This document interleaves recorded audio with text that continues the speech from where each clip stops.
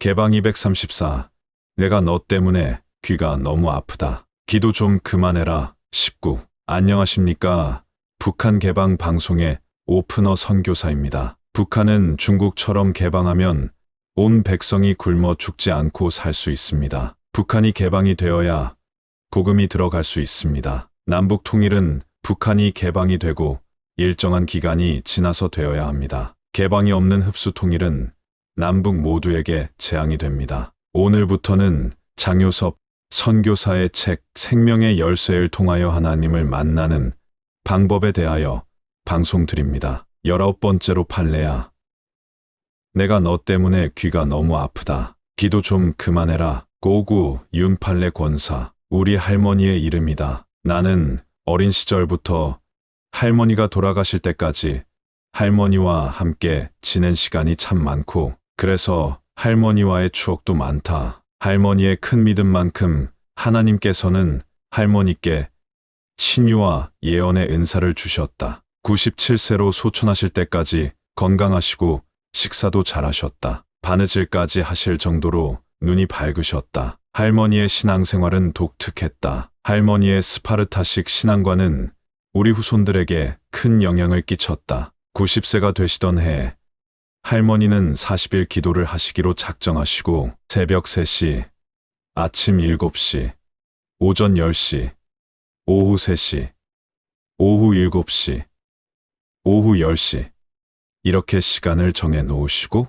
그때마다 1시간씩 기도를 하셨다. 40일 기도 기간 중에는 점심 한 끼만 드신다. 웬만한 체력을 가지신 분이 아니면 해내기가 쉽지 않다. 그러나 할머니는 평소에도 단식을 밥 먹듯 하신 분이셨기에 하루 2끼 금식은 별로 어렵지 않게 해내셨다. 한번 목표를 세우면 굽힐 줄 모르고 밀어붙이는 할머니의 믿음과 신앙의 한 가지 사건으로 큰 변화가 오게 되었다. 40일 기도 기간이 절반쯤 지났을 무렵 할머니께서 나를 조용히 부르셨다. 심각한 표정의 할머니께서 나에게 할 말이 있다고 하셨다. 나와 마주 앉은 할머니는 어렵게 입을 여셨다. 새벽에 기도를 하고 잠을 자는데 주님의 음성이 들렸다. 판례야, 내가 너 때문에 귀가 너무 아프다. 기도 좀 그만해라.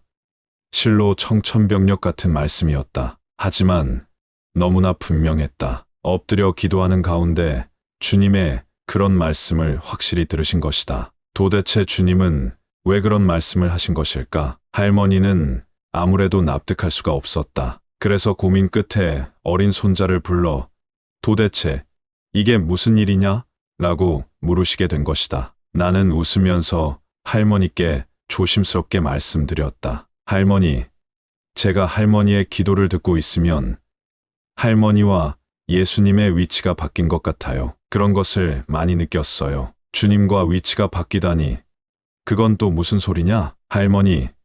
할머니는 주님을 부르시고는 어떻게 하시지요? 이것은 이렇게, 저것은 저렇게 해주시라고 하시잖아요. 주님의 말씀을 듣는 것이 아니라 할머니가 주님께 요구를 하시고 명령을 하시는 거잖아요. 그러니까 주님께서 듣다 못해 그런 말씀까지 하시는 거겠지요. 할머니의 기도를 들을 때마다 할머니께서 잘못된 기도를 하고 계신다고 생각하곤 했었다. 예수님도 듣는 기도가 있고 안 듣는 기도가 있다. 기도를 많이 해야만 아버지가 듣는 것은 아니다. 라고 예수님은 말씀하셨다. 그러면서 우리에게 주기도문을 가르쳐 주셨다. 언뜻 보면 할머니의 7에서 8시간 기도는 할머니의 견고하고 큰 믿음을 증거해 주는 것 같다. 하지만 그 기도 내용은 하나님, 예수님과는 전혀 상관없는 할머니만의 주문 시간이 많았다. 나는 그 점을 할머니께 말씀드렸다. 예수님께서 오죽했으면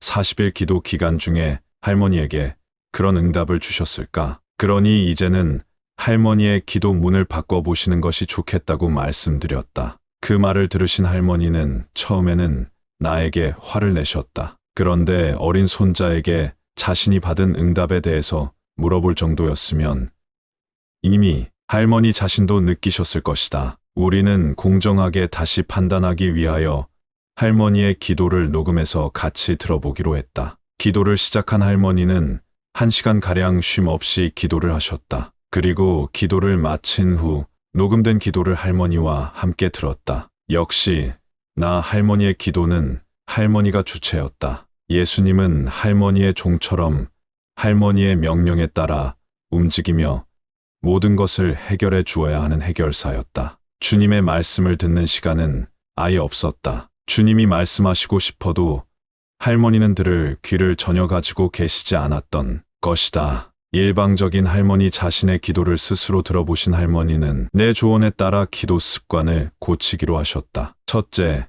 기도 시간을 줄이기로 했다. 90년 동안 똑같았던 기도 스타일을 바꾼다는 것은 쉬운 일이 아니었다. 나는 할머니의 자명종 탁상 시계를 압수했다. 그리고 시간에 맞추어 기도할 것이 아니라 생각이 날 때마다 무시로 엎드려 짧게 주님, 판례가 여기 있습니다. 내가 무엇을 할까요? 나를 간섭해 주세요. 이렇게 기도한 다음 주의 기도를 하고 끝내시는 것이 좋겠다고 말씀드렸다. 애연가가 금연을 하려고 할 때면 금단 현상이 오는 것처럼 할머니도 처음에는 그런 증상을 보이셨다. 평생 기도를 해오신 할머니에게 기도는 생명과 같았다. 짧게 기도를 하자니 어딘가 허전하신지 자꾸만 더 하고 싶다고 나에게 졸랐다. 하지만 90세 된 할머니의 기도 문은 조금씩이나마 바뀌어갔다. 하나님을, 예수님을, 성령을, 성경을 믿는다는 우리는 무엇을 어떻게 기도해야 할까? 복잡한 신학이나 이론을 나는 알지 못하지만 주님께 묻고 응답을 받는 경험을 통해 아주 간결하게 정리해 본 적이 있다. 첫째, 주님의 나라와 주님의 의를 위해 기도해야 한다. 둘째, 예수님의 뜻을 묻고 예수님의 인도대로 순종하며 살기를 기도해야 한다. 셋째, 성경대로 살기를 기도해야 한다. 그러기 위해서는 성령님이 우리 안에 항상 계셔야 한다. 내가 주님 안에, 주님이 내 안에 머물러야 진정한 신앙생활을 할 수 있는 것이다. 할머니는 90세를 맞아 40일 기도를 일정대로 잘 마치셨다. 그리고 7년을 더 사시고 97세 되는 추석에 가족들과 점심 식사를 잘 하신 다음 피곤하시다고 쓰러져 주무시더니 그대로 하늘나라로 가셨다. 할머니의 믿음, 할머니의 기도 방식은 우리 후손들에게 큰 영향을 끼친 것이 분명하다. 할머니로 인해서 신앙을 더욱 붙들 수 있었고 할머니의 기도 덕분에 흔들리지 않고 확고하게 신앙 안에 설 수 있었던 경험도 분명 많았다. 가끔 어릴 때의 신앙생활을 떠올릴 때마다 할머니께 감사를 드리게 된다. 하지만 아쉬움 또한 적지 않다. 할머니가 좀 더 일찍 사랑이 더 크신 분의 음성에 귀를 기울이려고 하는 기도를 하셨더라면 어찌 되었을까? 추억과 더불어 그런 생각을 하지 않을 수 없는 것이다. 기도나 말씀은 하나님과 사귐이다. 자기 주장의 의로 기도를 많이 했다고 은근히 자랑하는 것은 성령의 생각이 아니다. 계속하여 하나님을 만나는 사람들의 이야기를 전해드리고자 합니다. 하나님의 만남의 기적 20번째 이야기를 기대하여 주세요.